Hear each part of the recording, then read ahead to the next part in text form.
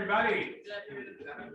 Yeah. All right, so today we got together some alums of our institution, and we kind of thought we'd sort of they'll talk a little about their experience and what has happened since they graduated from here, and kind of talk a little about their experience and what has happened post-college, and maybe some things that they wish they would have done earlier when they were at MSU to prepare them for what they ran into afterwards. So we got a variety of we got a music ed person, we got some commercial music people with this. And so I think what we'll do to start, can you hear me? Yeah, okay, I'll come over here, yeah. And I know it's gonna be awkward for you because you're gonna be like not talking to them, talking to us, but they can certainly hear you. Believe us, you're talking to them. Yeah. So let's kind of, and I know Diane, you can't stay for the whole time, so. Yeah, but why don't we kind of start, if you can give like a quick 2-minute bio about who you are, where you're from, what you do. I guess you don't need to mention exactly when you graduated, but you know, kind of there. And yeah, just kind of basically where you come from, what you do now. Let's actually start with Diane. We'll go Diane, and then Dan, and then I forgot Matt and Amanda. There we go. So Diane, go ahead. Hi, I'm Diane Miller. I host the local show on the radio station based in the Twin Cities called The Current. It's a public radio member-funded station run by Minnesota Public Radio. I was hired over a year and a half ago, and I love my job. I get to essentially scout out music and choose music to play for 2 hours every Sunday from 6 to 8 p.m. And I host bands, or I interview bands. Recently I interviewed a rapper, also state representative, Maria Issa. My show this week will include a indie pop band called Bad Bad Hats. I've interviewed everyone from Dave Simonov, Trampled by Turtles. I got my start at the High Plains Reader. I was editor of that weekly newspaper, so that's kind of what. I'm a music major. I graduated in 2009 with a degree in music, and so I'm also a gigging musician. So I love all facets of music. I love performing. I love watching. I love going to concerts. I love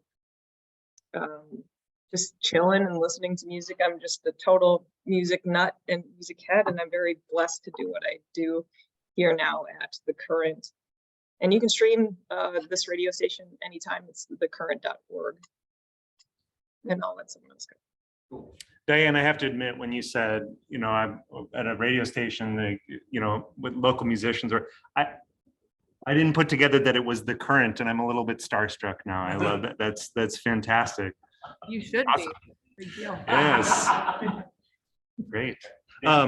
Dan. Hey everyone, I'm Dan Christianson. I graduated from MSUM 2013 with a degree in instrumental music education. I've been here in Moorhead since 2015 or 2016. And in that time, we've been lucky to experience a lot of growth. When I took over the job, we had 190 kids in the program, and we are now sitting at 490. So it's been pretty cool to oversee all of that growth, and the future looks bright. And I also, in addition to that, like Diane, I'm also, and Matt, I'm also a gigging musician. So I'm mostly based here in Fargo-Moorhead. So life is good. Awesome. Matt. Hi, everyone. My name's Matthew Tinjum. I graduated MSUM in 2017 with a jazz studies degree, so like a commercial music degree, and I'm a drummer and a percussionist, so I studied with Kenyon Williams and Alan Carter. And basically now I'm a freelance musician. I've played with groups such as 32 Below. I sub pretty frequently with post-traumatic funk syndrome, and various other like jazz groups in town. And then I also teach drum lessons at Drummer's Journey, as I was saying. It's a drum shop that just opened in the FM area. It's in Moorhead, and I have over 20 students there. So yeah, pretty busy. Thank you, Matt. Amanda? Do you mean Laura? I mean Laura. I was like, I don't know if Amanda's on here. I don't know. My brain short circuited. I'm sorry, Friday. Laura. It's Friday. You're good. You're Yeah, good. yeah. It's all good. I'm Laura Quaintance. I graduated. I'm the oldest on this panel, so thanks, guys. I graduated in 2007 from MSUM with a vocal music ed degree and taught for 13 years, 7th through 12th grade choir and vocal music in central Minnesota. While I was there, I got my master's degree through NDSU. And then 4 years ago, I shifted to teaching at a community college in Fergus Falls. So yeah, I've been there. I had a semester there before COVID hit. So just starting to see what that world is like now, post-COVID, what this education world is like in the higher ed stuff. So thanks for having me. Yes. You want to start, or have anything you want to? Sure, excellent. Well, thank you for giving us a bit of background. I wonder now if you might, Laura, you touched on something too about like how COVID has affected you. I wonder if briefly, since that's probably an experience, yeah, you said 2017, right, Matthew? So that's an experience that has affected all of your professional lives. Can you touch on it briefly? I know it's a depressing subject, but maybe give us a little bit of a sense of how that has transformed the field since you've gotten out there, because that's the field now that these folks will be entering into. Can you give a bit of a synopsis of how it touches your world, this post-COVID situation? Sure, Anybody jump on in? Yeah, go for it, Matthew. Okay. Yeah, so I was teaching at the time during COVID, so I had to deal with the whole Zoom transition and having like a home studio, which I do have like a kit at home, and I was able to like make it work. And I wasn't teaching a lot at the time though. Most of my income was based on performing. So I was with the band 32 Below at the time. They're kind of a regional country rock band. So we toured quite extensively, especially during the summer. So I think our booking agent, like one afternoon, lost like over $1 million in bookings, like in one afternoon when all of the shutdowns started to happen. So we went about 3 months straight without gigging. And then obviously I was being very cautious about COVID, and but it was that like weird situation where every like month we'd have a gig, so I was close to getting a different job, or I was trying to teach as much as I could, but I lost some students just because they didn't want to do Zoom lessons. It's completely different. And so that was kind of sustaining me, but it was pretty rough there for a while, working like my main source of income being performing during COVID was pretty rough. So I thought about like getting other jobs, and then we'd get a gig, and then I'd be good for the month, and then I'd just kind of scrape by that way. Obviously the gigs were really weird too. Yeah, it was really strange and I didn't like it at all, but I had to, sustain myself, and that was how I was doing it at the time. And now it's practically back to normal. In fact, it's even, I remember last year was like our first real summer back, or maybe not last summer, but a summer before that. And we play in South Dakota in Sturgis, so we bump elbows with a lot of people from Nashville, and all these Nashville cats were like almost complaining that it was too much work, because after having nothing, everything was just all at once and super crazy and barely able to keep up with it. So surviving those like basically 2 years of COVID as like a performing musician was pretty interesting, and I'll never take for granted playing again. That's for sure. Yeah, thanks, Matt. Anybody else have some insight as to how it kind of shaped your world? I can share. Yeah. After I worked for High Plains Reader, then I started being a music booker.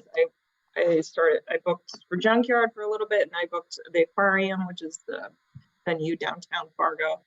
And then I moved to Minneapolis, and I started booking for a venue called Ice House. And that was like my main gig for like 2 years. And then the pandemic hit, and it was like, nope, I'm on unemployment and I don't have anything to do, because that was my major source of income, booking and playing shows. And so one thing I would say about what I did during that time to take advantage was to like work on my craft. Actually wrote songs. So I like kind of just worked on becoming a better musician, because I had nothing else to do. Like, one problem I have these days is like, I work a 40-hour-a-week job. The current's a full-time gig, and then I still play, gig, but I like feel like I hardly have time to write. And so I think managing to find time to write and do can be really tricky. And so that was like one way I tried to really be like, okay, this is such an awful situation right now for the whole world, and this is what I'm going to do.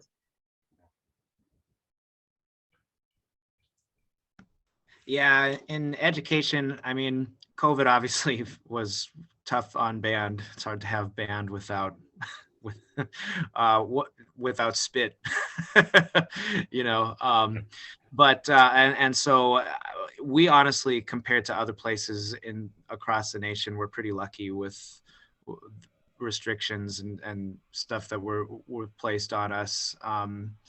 But still, it's like it still hasn't left us. There's still a gap. And that's the big thing is, in other industries, oh man, those years were tough, but now it's kind of back to normal. I constantly have to remind myself that this 2 years, when you see the class that didn't have to start like this, it's going to be better, and just having to remind myself if I get up, dismayed at where we're at or whatever, just remember, hey, these kids started behind a computer screen. And so just like Matt said too, never taking being in the room with kids for granted.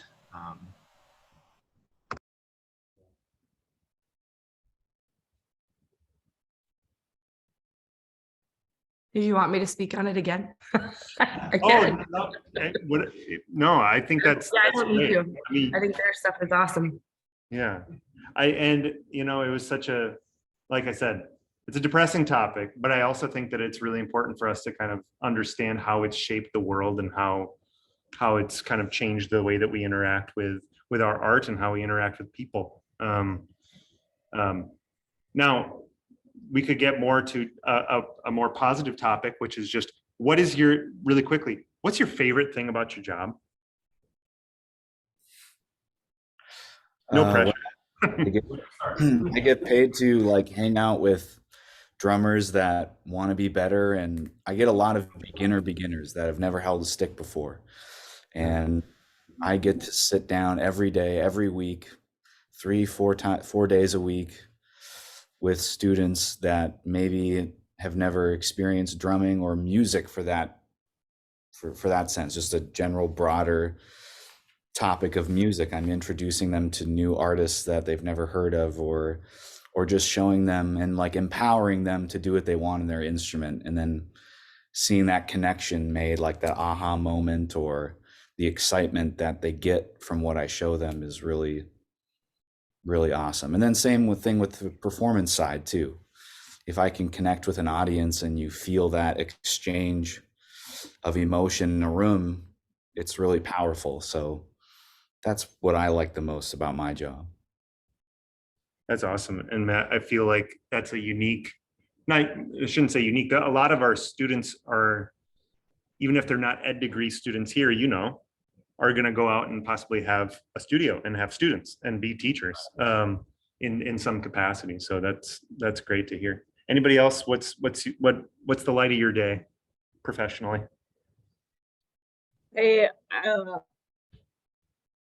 Doing what I do is an act of public service. So I love the ability to connect with people through such a incredibly powerful platform as music. And I think music brings so much joy and uplift, it's a universal language. So you really get to connect with people on ways that you just can't connect with them in any other way. So Yeah. I'm just a total music fan. To be able to celebrate that with other people is a real joy. Yeah, just connecting what they both said, you know, it's obviously teaching in the public schools is a public service, and the joy of music is just incredible, you know.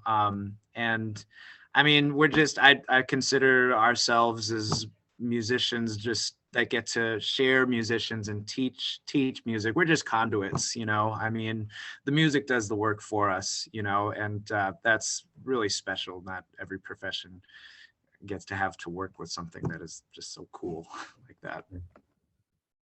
And I would say for me in higher ed, it's fun to watch adults start to navigate what their passions are and how that can become a career for them, and what life is like after high school, where they start to make those decisions past potentially their own household or their parents' household and things like that. So I really love that. I love the conversations I have with students. I love the music that we can make that, hopefully instills them the desire to be a musician their whole life. That's really my goal with them. If I do that, I nailed it. So that's how I feel. Right on. Okay, so they know a little bit about, again, it's awkward, you can't see them, but they know a little bit about you. They know a little bit about your paradigm shifts during COVID. I had a good question queued up and now it's flittering away like a butterfly in my mind. Dr. Druffel, feel free. Okay. I know that Kenyon asked us too. Kenyon asked us what, Yes. Dr. What Williams. one thing you would have, exactly, that was it. Thank you. Covered. You're good. Laura, it has been a long day. I get yeah, it. I hear you. If you think back to your time at MSUM, because you all had some time here, what is one thing that you would tell these folks who are here right now looking for your wisdom? What's some advice? I think first, I would say yes to more ensembles. I think every experience I could have had, every, expansion of a musical experience I could have had just makes me a more well-rounded musician. So I was so much in the choral world and solo vocal music, and I really enjoyed once I stepped out and did more too, so that I realized that I could, different aspects of music were also a part of my wheelhouse. I just didn't know that initially. So if you're not in a lot of ensembles, even when you look at your credit load, say yes and do them. Join this, be a part of it. It's what we do. I mean, yes, you're in the buildings often, but that's your crew of people. So just be good with it and know that that's how you start to develop a musician. That's the best way you can do that while you're there.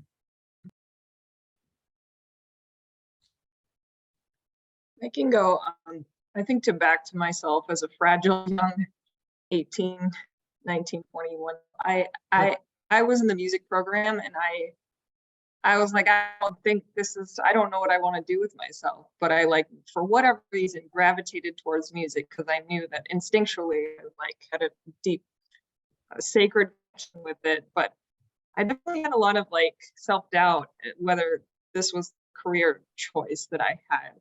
So I say, as you're studying and as you're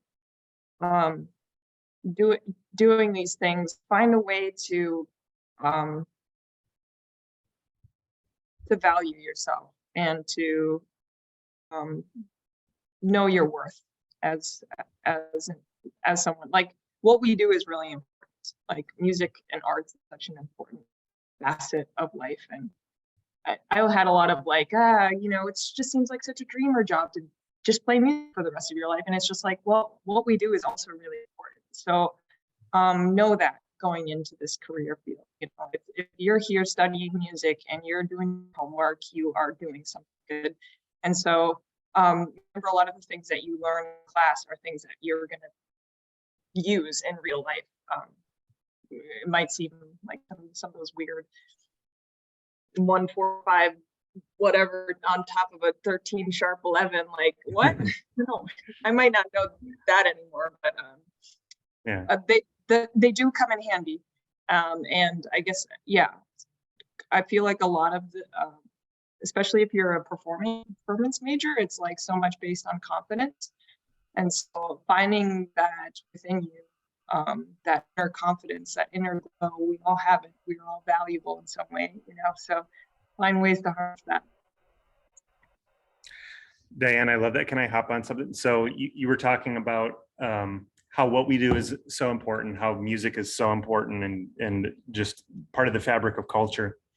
And I just want to point out, and maybe it's an elephant in some rooms, in certain music halls across America, that we live in a society that doesn't always necessarily put the highest dollar emphasis on our art form. And sometimes it's an uncomfortable struggle. I'll just say, from having been an undergrad too, to think, will I make enough money? Will I make ends meet? Will I be able to, because we live in a society that, as I said, doesn't put the highest emphasis on music for some godforsaken reason. So can you talk a little bit to that about, I'm just extracting the idea that because it doesn't make the most money in the world, it's therefore not as important. That's hogwash, and I think we all know it. But can somebody, I see nodding, jump in and talk to that, please? My soul is yearning for it. Well, since I can't be here for too long, I'll add a little more. Yeah, like I'm feeling all like deep and spiritual, like music and arts. Like if you're into the music, it's because you have a sensitivity and you're a feeler. That's how it is for me. And so embracing that and knowing that the arts add as much value and contribution to society as everything else does. And you think about the economic impact that concerts bring and the joy that they brought to your life, and there's like, to every community, I think of concerts, I think of bars that need venues, I think of movies that need soundtracks, that need musicians to brighten up visuals. Like all of that is so important and deserves light. And yes, it's like, it can be true that like making a living as a musician is hard, and it isn't always the most lucrative job, but if you do work hard at it, you can actually, the money is there. And y'all are living proof, right? Well, yeah, I as like you, Diane, I need to go run a session here in a moment. So I'm going to pass the questioning off to Dr. Druffel here. And I just wanted to say personally, it was really nice to talk to you all and meet you. And Dr. Druffel. Yeah. Actually, we're going to go piggyback a bit to the last question about advice, and we'll go to Matt. Yeah. So like what they should do now that they're still in school, that's the question, right? Yeah. I wish. Okay. Yeah. What did you wish you did then to help Right. you? Yeah, that's okay. I honestly, maybe because I was naive or whatever, and I had some really good mentors and instructors. And I grew up in Moorhead, so I was told about the great people that I should get with at MSUM. I took it very, very, very, very seriously, and I took everything that came out of my professors' mouths as like deadly serious. And when I graduated college, it was just further proof that, Kenyon Williams, Alan Carter, Tom Strait, Ryan Jackson, they weren't just trying to get me to graduate or pass a class or practice something for a jury. Everything that they gave me, I ended up needing or using in some way. And I was also because I was also thinking about going to like bigger music schools and bigger musical markets. And I was told, you can go to MSUM and you can graduate with a degree in music, or if you actually take everything that you're given at MSUM and you do it to the nth degree and you truly master it, you'll be just as great as any other musician that goes to Berkeley or Belmont or UCLA or North Texas, especially for drummers. North Texas is huge.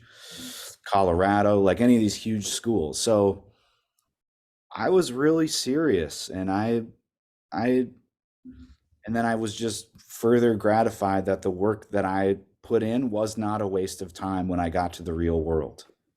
In fact, like, I have everything I need to do what I do, but even there is even times where it's like, oh yeah, like I remember talking about that. I'd like to be better at that. I need to go back and review. But basically, you have to trust your professors and trust that they want the best for you, and trust that what they're giving you is stuff you'll actually need, not just for a grade. Dan, you want to add anything there? Yeah, I mean, that's all really great stuff. I mean, and just believing in absolutely that it's not about where it is, it's about what you put into it, and that's what pays you back in the dividends. I would say, from the music education lens, just like Laura said, get involved in ensembles. Also start teaching, right? When I was in undergrad, I had already had, I taught beginner guitar and beginner piano, because there's a million of kids that want to do that, and in that you can really kind of figure out how to build rapport with kids, how to teach, which is a huge part of the job. And yeah, I mean, if you think like beginner piano is not your thing and you're in music education, maybe maybe education not for you, because I mean, a lot of the things that work for a beginner piano kids are going to be things that work for people, and as an educator, no matter what level you're teaching. So get involved, take as many students as you can. The one thing I personally wish I would have done more of is, in my placements, I felt really comfortable in teaching in a private lesson setting, and I felt like I did a great job connecting with kids.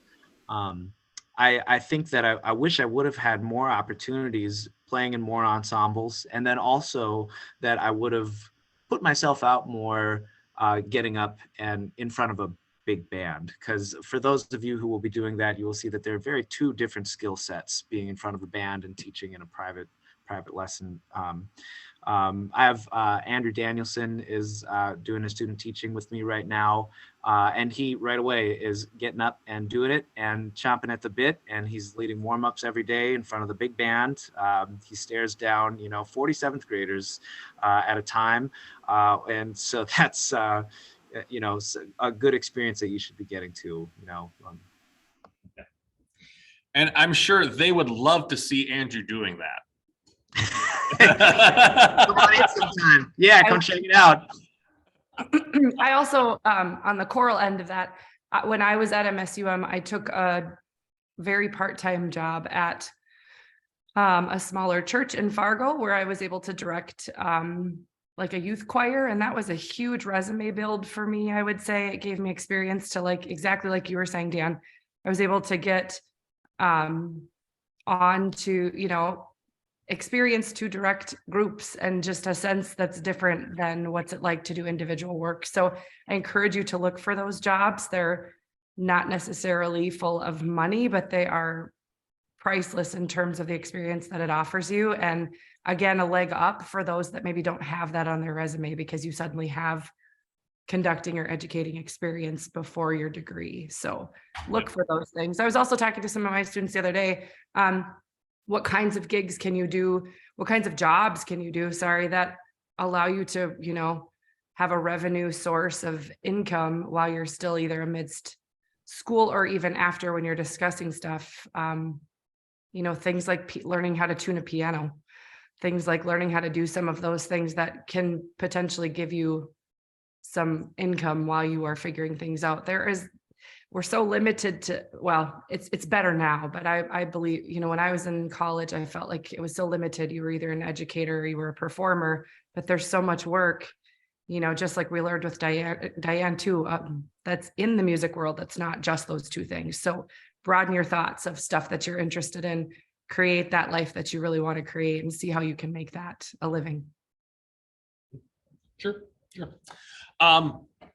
Think back to as you were graduated, just about to graduate or have graduated. The basic question is, how did you get your first gig? Now that could be either a part-time gig, full-time gig, whatever it might be. And any advice about, like, you know, how, because each one of you, like the ed majors kind of have their own path that they get to get their first teaching gig. But Matt, it's kind of would definitely be different for you. And I'm asked quite often, like, how do I get a gig? I'm just like, I don't know anymore. It's everyone kind of has their own story and way they got into where they're at. So we'll kind of start with Matt, if you want to kind of go into that a little bit. Sure. I started teaching while I was in college, kind of going what Dan was saying. So I had a couple private students, but it was like nowhere near, I mean, a survivable income. And I was working part-time. It's like Starbucks, a part-time job. But I knew that I wanted to play here, and I wasn't sure if I wanted to go to grad school or not. So I grew up in Moorhead, so my whole life I kind of wanted to work here and play here, and I've heard about groups here. And through college, I obviously met a lot of musicians. And then after college, I started frequenting places that have music. I mean, a lot of around here is bars, but there's also venues and theaters, theater programs. And every connection that I made in college with theater programs and musicians that I met at MSUM or like Tri-College through NDSU and Concordia, I basically made connections during college, and then after college, I just frequented the music scene with those people. I went to shows, and people knew that I was a drummer and that I, was responsible and played well and showed up prepared, and that I was a nice guy. So I started getting asked to do things, or I knew Russ Peterson from Concordia, who's in charge of a lot of the jazz events in town. So I kind of got into that scene. And then after college, I had a college classmate who was in a cover band in town, like slightly regional, like Minnesota, North Dakota, and locally, and they needed a drummer. So his first call was me because we went to school together. So I guess it's like you can't force it to happen either, like I wasn't going to these clubs and going to gigs and being like, "Hi, my name is Matthew Tinjum. I'm a drummer. Here's my business card. Feel free to call me anytime." It was a lot of just who I knew. But I did make an effort to go to these places and events where these people were. And like I said, a lot of them I knew from college. So then my college classmate got me into that first band. And then I'm in a band, and people see the band and they know that I'm a drummer for that. That was like more of the cover band scene. So now I'm kind of got, myself involved in two different music scenes. I have like the collegiate jazz scene in town and then the cover band scene. So I guess how I got the gig is I'm not really, not yet a gig creator. I was just asked to fill in with all these groups in town because of relationships, of friends, and then word of mouth is huge. Word of mouth is way more powerful than any sort of social media, because you do one gig with whoever, and then they do another gig with a different band completely, like my college friend, and they need a drummer. And then, oh, I know a guy. He did great at the last gig I was at. And then you get that. Social media, websites are obviously important, but I can count the times on one hand that I got gigs and teaching. opportunities from like social media or the web, and more on just word of mouth, creating relationships, meeting people, and maintaining every relationship you ever make, and just saying yes to everything. And now I'm at a point where I can kind of pick and choose what I want to do. But definitely right out of college, I was saying yes to everything. I mean, even if I didn't think like I could do it right now, I'd even work up to a gig to challenge myself and push myself, because you're never going to feel like you're ready, ever. I mean, first time I subbed with post-traumatic funk syndrome, I was like shaking in my boots. And now I just did a corporate party with them last weekend and I felt fine about it. But I mean, I just said yes to everything to gain every experience because it was my goal to play here. If that wasn't my goal, maybe I would have done a different path. But I knew that I wanted to work and perform here. Laura? You should ask Dan first. I'm still Oh, thinking. okay. Sorry, Dan. Sorry, Dan. Oh no. Yeah, just say yes to everything. Be as nice. Just be excited about things, be passionate. I mean, preaching to the choir, I'm sure, if this is a room full of music majors, you're already passionate people. But I think, that's what stands out. I remember my first band director, Dr. Tesh, one of the things he said, he's like, well, when you look at, the recent graduates and who got a gig right away, it's personable, excited people, charismatic, personable, excited.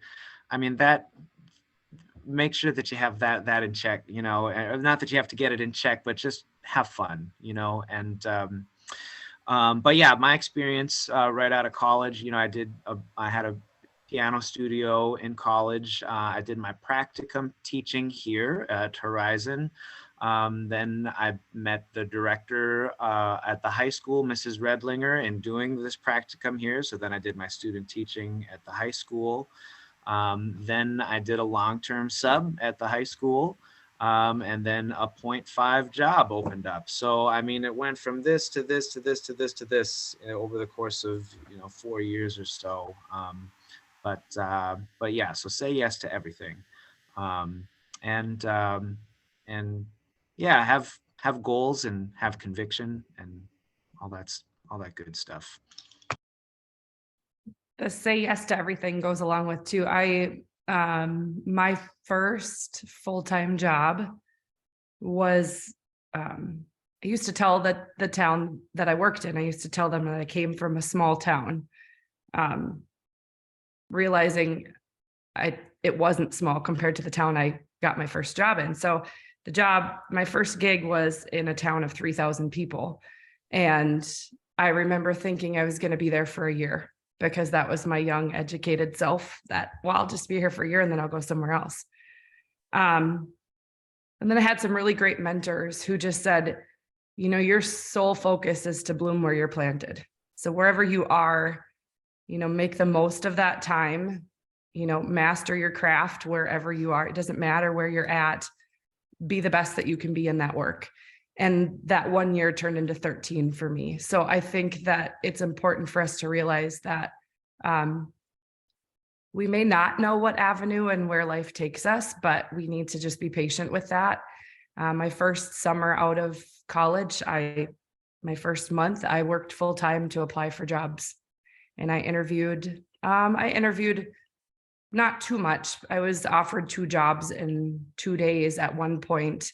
And then it was just really about where did I want to be? But I knew that it didn't matter if I was going to be there forever, that I wanted to get a job. So I went somewhere until until it worked differently. So don't feel like your first gig is going to necessarily be the only gig you'll have your whole life, or that it's the perfect gig. It really, for many of us, is a stepping stone.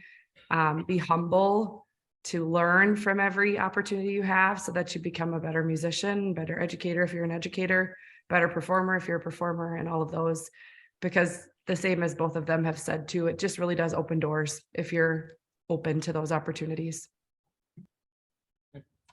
I'm going to open it up to the group, and I'll just relay questions if something comes up. Yes.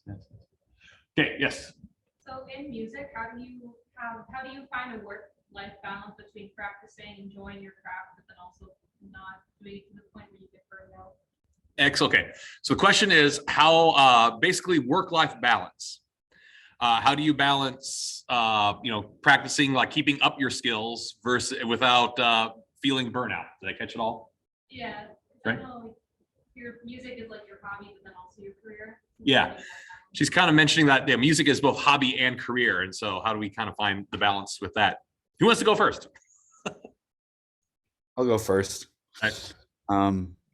Yeah, I mean, hopefully I'm kind of at a point now where there has been, it's rough. So first of all, work-life balance as a musician is hard because you want to take advantage of every opportunity, not only because you don't know when the next one will be, maybe, but just because it'd be such a great musical experience sometimes, or maybe the pay is really good or whatever, So it's like you have to make hay when the sun's up. So sometimes I have to take gigs that I'm pretty burnt out of playing or whatever.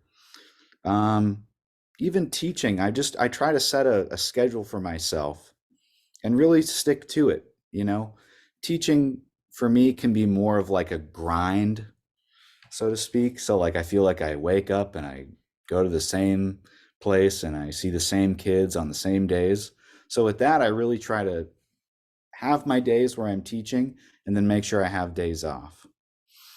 Gigging now, it's a little different. And right now I'm freelancing. So every gig is kind of different, which can add like some stress, but it's also for me, it's kind of like exhilarating. Like it's kind of like you're walking a tightrope, and it's kind of fun when you can show up to a freelance gig. Maybe you haven't played in months with these people, and then you just kill it. Going back to my touring gig when I was with 32 Below, it was like the same gig a lot, at least twice a week. I think one time we did like 4 different states in like 9 different days, and we played 10 shows. So that kind of gets grueling. That I relied a lot on my relationships again with my band. I was actually friends with everybody in the band. So we tried to build a camaraderie there and then do stuff besides just the show. So if we were traveling and maybe we booked an extra travel day just to not be playing every single day the same show over and over again, or we'd go to a certain restaurant or we'd see a certain thing. So gigging, it's harder to control, but gigging and practicing for me are way two different things. When I have time to practice now, it is like, oh my God. It's kind of like a Zen moment because I can actually like take a step back and not worry about performing perfect, not perfection, but trying to be like as polished as I can for the performance. Now I just have time to do what I did when I was a kid and what I enjoy, just playing. So when I practice now, it's even if I get to spend like 15 minutes practicing, I'm really happy that I did, because that's the actual like fun part and the less pressure part. Now there are times if I've been playing a lot and practicing a lot where if I'm on vacation, I don't touch my instrument. And then those are valuable times too. So I think just listen to your body. And if you have a time where you can take a break, take a break. And when you go back to it, it'll be even better. But it's difficult. Like I have to have different work-life balances with teaching, with performing, and with practicing. They're all different. And I just try to listen to my body and what my goals are. I think it's interesting because I think there's more structure to our life than people give us credit for. I think we have to really be mindful that we structure time for both work and play, or work and rest, more importantly.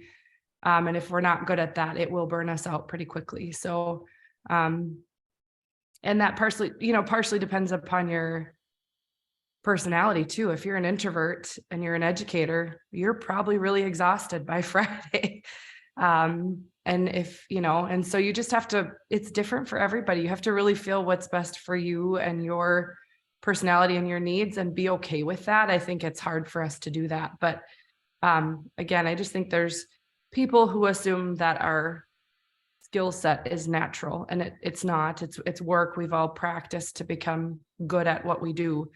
And so it needs maintenance. We have to maintain it, but we also have to know that all that maintenance requires rejuvenation too. So like being okay with resting, being okay. I try to set on and off, and I'm open with that about my husband too. Like, call me on it if I'm answering an email on a Sunday afternoon, because I don't get paid enough to do that.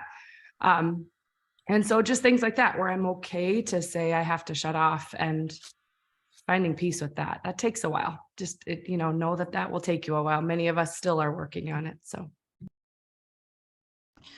Yeah, I would say advice to any students who are going to go into the line of work of like having a program, that's what makes having a program so exciting, is the autonomy you get and how much you can try to do, and of course you want to grow and you want to make kids excited. But balance can be really hard for band directors and people that are trying to build a program, and and I think also just kind of piggybacking off of what Matthew and Laura just said too, knowing yourself. You have to know yourself. I mean, I've realized that I am a band director, but I also love the singer-songwriter thing. And if I'm not doing that, if I'm not gigging in that capacity, it's realizing that I'm not as happy as I am if I'm not playing. So you have to know yourself, and don't. I mean, in the band directing world, there's not a whole bunch of people that do like the singer-songwriter stuff, and that's okay. That's who I am, And I mean, our kids might not be like. There are certainly bigger and better programs that are out there, and maybe. If I had more time to I've had the discussion with myself, oh man, if you could just focus on just one thing, I mean, that would make your life so much better. But you have to know yourself and you can have more than one passion, and if it's what makes you smile at the end of the day, that's what's important. One more, we're probably by the end here. What's that? A question for Dan real quick. What time is the concert on Monday? 7 o'clock. 7 o'clock, right? Let's all go. Be there, yeah.